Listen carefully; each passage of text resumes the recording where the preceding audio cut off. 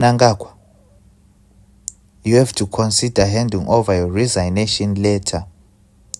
You have got 48 hours left to consider resigning.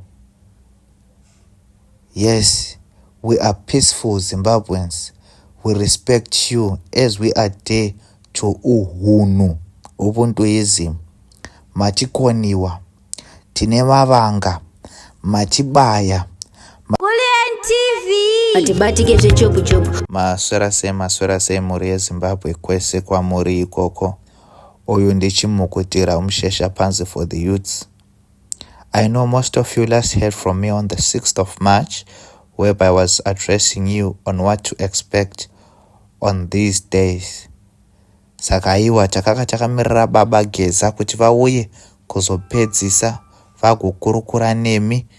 Saka aiwa vauya manzwa, muri kuona zviri kuitika, maona zvaitika kuna Chivhayo, Tagwirei namfana Hutin. Saka basa ratotanga, hatina kumira, basa ratotanga. Saka mukuru Mnangagwa, you have to consider handing over your resignation letter. You have got 48 hours left to consider resigning. Yes, we are peaceful Zimbabweans. We respect you as we adhere to uhunu, ubuntuism. Matikoniwa, tine mavanga, matibaya, matirwadzisa pese. Cause everything that you touch is with us. Saka iwa nguva yakwana, dzikai papo, burukai, muchiri nenguva. Nekuti hazvimbonake kana isusu vana takutokutema ine madombo, haiwa. Saka time muchiri nayo, and nasi maroha ne makolapsa. Saka next time it will be your karma dealing with you. Saka aiwa bvumai kusakara, mustepe down, tikuratidzei kuti nyika inofanirwa kutongwa sei. Dzimba dzemabwe inofanirwa kutongwa sei, inofanirwa kudzosera kuvene vayo. Nekuti haiwa takuvara. Saka ai mbostepa down. And hapana zvichatimisa. Mukaedza henyu kuuya nemagimmicks enyu, dismissing anasanyatwe, muchiisa matutu. Hapana zvichachinja, nekuti chinhu ichi hachizi chega, hachizi kufamba nevanhu venyama chete. Chine mhondoro dzenyika dzese. Ana Chihota chamatope nevamwe futi vakati wandei nemhepo dzasimuka, mweya wanyakasikana, wasekuru Kaguvi, Tongogara, Mujuru, Mugabe, Takawira, Shiri, nevese macomrades, magenerals akaparara pamusana enyu. Mhepo dzasimuka, pane gore dema pamusoro penyu. The only way to evade that gore dema kusiya chigaro within these 48 hours. Nokuti zvichatevera ipapo, haiwa, you will regret it. Then a message kuMutamba. Iwe Mutamba siya kutamba, ndiri kunyepera nekuti uri kutamba chaizvo nechinhu chisingamisike, which is inevitable. Hazvidirike jecha izvi. Ndo zvandinoda kukuudza. Saka aya vafana vako ava vauri kutuma, dai ndaive iwe inini, ndaimbomira izvozvo.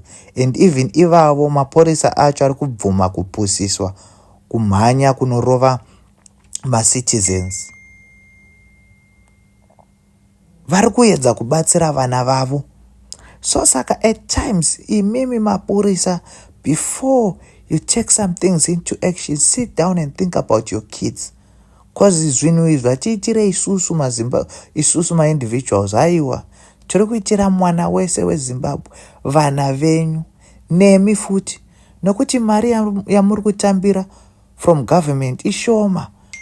Ndosaka kwatowanzwa corruption pese pese, unonzwa chihoko muhomwe. Kusvikira rini? Kusvikira rini mapurisa muchishandiswa kusvikira makutodhererwa nepublic, nekuti muri kuitiswa, muri kuvaitisa futi. Pese pamunosvika munoda kumbodya chihoko muhomwe, aiwa. Saka imbomirai izvozvo mapurisa, mujoine the public. Imimi makafanana nesu, munogara nesu. How will you feel tikatanga kukudzingai padzimba dzedu dzamunorenta? Saka ngatimbomirai nyaya dzese idzi dzekumhanyiswa namutamba. Instead, we have to unite all our forces. Tibvise musharukwa uyu. And musi wa31 toda kukuudzai, we are a peaceful nation, isusu maZimbabweans. Musi wa31 we are adhering to chapter 5, right? Chapter 3, section 59, which states that every citizen has got the right to assemble and demonstrate peacefully. And that's what we are going to do. But mukatidena,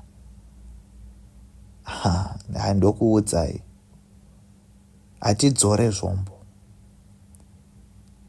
Saka atidi munhu anomira panzira yedu. Nyika iyi inofanira kudzosera kuvhene vayo. Zimbabwe must be great again and be the breadbasket of Africa. Of Africa, not Southern Africa. Then I would like to address John Paradza. Paya when you were talking kuti mayouth aya so long tichiri baba vavo, I think you misquoted yourself, Papa. You meant to say iwe na machakairi. Nokuti isu as my youths, inini ndini Chimhukutira for the youths ari kutaura apa. Hapana zvakadaro. We didn't approve anything year 2030. Nokuti so far we're not benefiting anything from the government. Instead, you are killing us. You are destroying us. Vangani mayuti vasingazivi mapayslip? Vangani? Ati afford kutenga manduwe, kutenga chikafu, kuti inini pachangu ndizifeed inini. Munofarira kutishandisa kufazi nekutiisa pamasecurity kana patova pamafunctions edu. Saka imimi munofunga kuti kusvikira rini ndichirinze uyu ari security muZANU-PF, security muZANU-PF. Kusvikira rini ndinowanei? Ipapo hapana chaunowana. Hapana chaunowana. Chaunowana unotengerwa bhodhoro, unopiwa bhodhoro redoro bhodhoro redoro, kana upiwa ka $20 or ka $30. Kanochinjei ka $30 ikaka? Now we want industrialization. Saka, when you said that, no, you were completely mistaken. You might see the room full of youths, but not everyone is supporting you. Nekuti at times tinongouya kuzogara kuzokuteerera chete, timbonzwa kuti nhasi uri kuhumana kuti kudi. Cause hapana, not any way we're going to approve to that, no adhere to that. Saka isusu mayouth, John Paradza, garawaziva kuti we stand in solidarity with Baba Vedu Geza. Cause so far he is the only light rakativhurira nzira kuti tione. Cause takanga takavharwa vakawanda. even though nesu mayuts, even though tainyunyuta tiri mukati muZANU PF, but uchataurira ani? Nokuti zvamunoziva tikataura chete watogurwa musoro. Akutoda kukoresa, rega timbompeta muswe. Saka haiwa, time yakwana, mayuts tazviramba. Musi wa 31 mayuts mese cause mangwana riri kuuraiwa nderedu ka. Saka mese mayuts tese tinenge takazara mumastreets, then tosangana musi wa 1 inenge yatova tinenge takutoti grand rising, even though vamwe vedu tatotanga already. Alright, muve nehope dzakanaka maZimbabweans.